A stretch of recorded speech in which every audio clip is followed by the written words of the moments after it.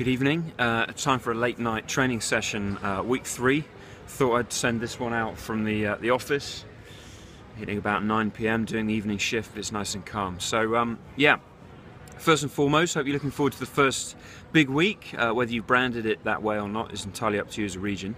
But I want to share with you just a bit of a recap on what we did at Sales School 2 regarding training, because there'll be a lot of people now at that stage in the summer who are now progressing on to the show. They've got maybe a sub 9, sub 8 into the show now, and they're ready for show training. But in all honesty, all those that are above 10, you know, north of 9, 10, 11, 12 or more, they're still in need of approach training. So I want to share with you a train the trainer principle that we kind of launched at Sales School 2.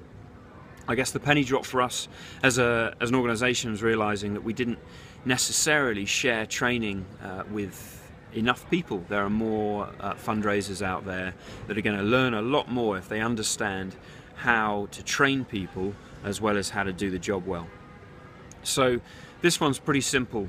It's about going back to basics. It's about going back to the wall, which you remember at Sales School, and it's about basically mapping things out and going back to the hand. So I want to run a basic summary of how we did things a couple of days ago. So first and foremost, you want to gather everyone around who is due for approach training. Everyone needs to circle up, and then it's about demonstrating a great approach, so leading by example. Obviously that's the showing part of the training. Then from there you want to kind of gather within the circle, obviously you demo with a fundraiser.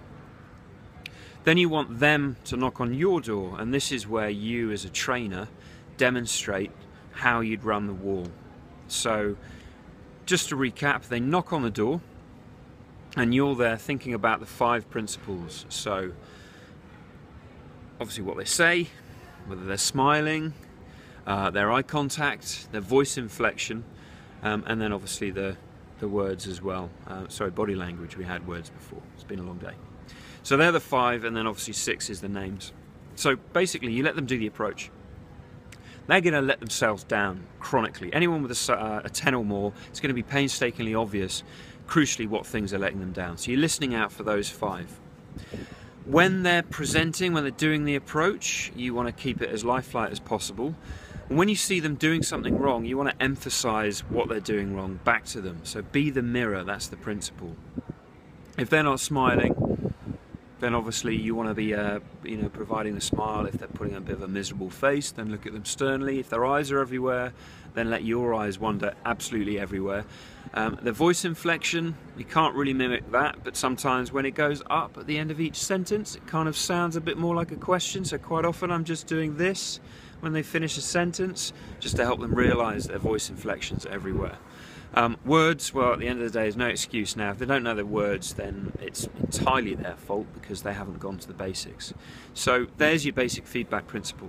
When they take their approach too far beyond, an acceptable level, stop them there. And it is literally, I'm going to stop you there. Okay. Then you run through the hand. So you ask them a question. Give me the hand. The fundraiser will then give you the points on the hand. Then ask them, don't tell them anything, ask them to give themselves feedback on that particular finger of the hand. So, how are your words? Don't lead them either way, let them feedback. Now you can guarantee 9 times out of 10 the things they mention first are the things they're probably focusing on and doing okay.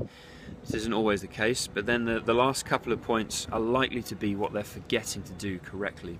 So normally they'll get a bit of a penny drop going, okay, yeah, I get it, my voice inflection is letting me down. But you do not tell them, you don't prescribe anything. It's quiz, question, understand, influence, solidify. We ask them questions, let them think.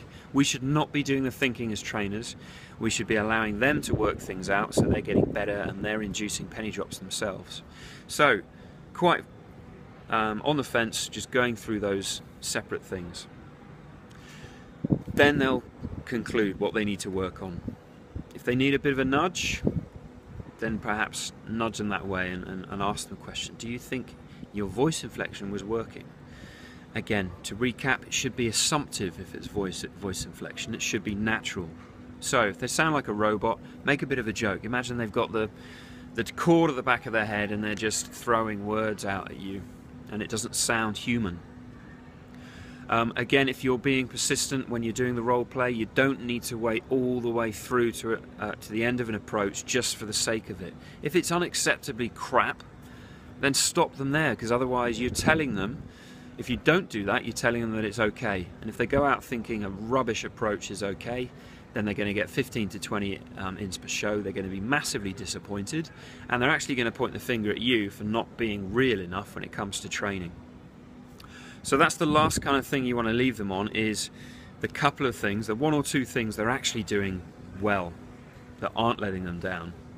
So be sure to balance that. If they're smiling, then praise them on it. So the point of this whole exercise is you're recapping, you're demonstrating with one fundraiser in front of you and every other fundraiser circling this entire episode. Within the space of a couple of minutes, they're watching them do an approach, they're watching you give honest feedback and allowing them to work it out.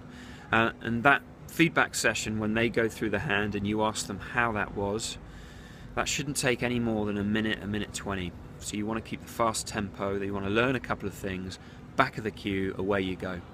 So the point of this is you're training people up how to be a trainer, as well as how a fundraiser should expect to get feedback and what they're going to be graded on.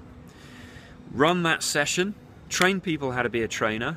Then if you are the manager, be it a JM or an SM running, this should normally be at a hub with a number of people, but then set the wall up. So choose the proactive people that volunteer. I ask for some volunteers, please stand forward if you want to be the door, and then you'll get some proactive people. Typically these people will be leaders, and they'll be the ones to put themselves forward.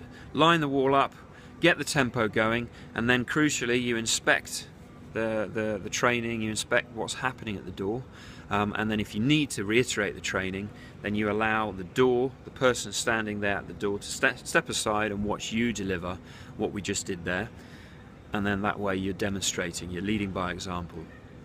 That, a punchy wall session for the first time in many people's summers, which would be probably 10 days ago, will be a nice refresher.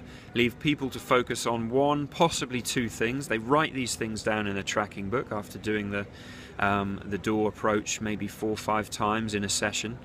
Then they've got some key things to commit to, and that should give the ins per show a nice nudge for those people in that region.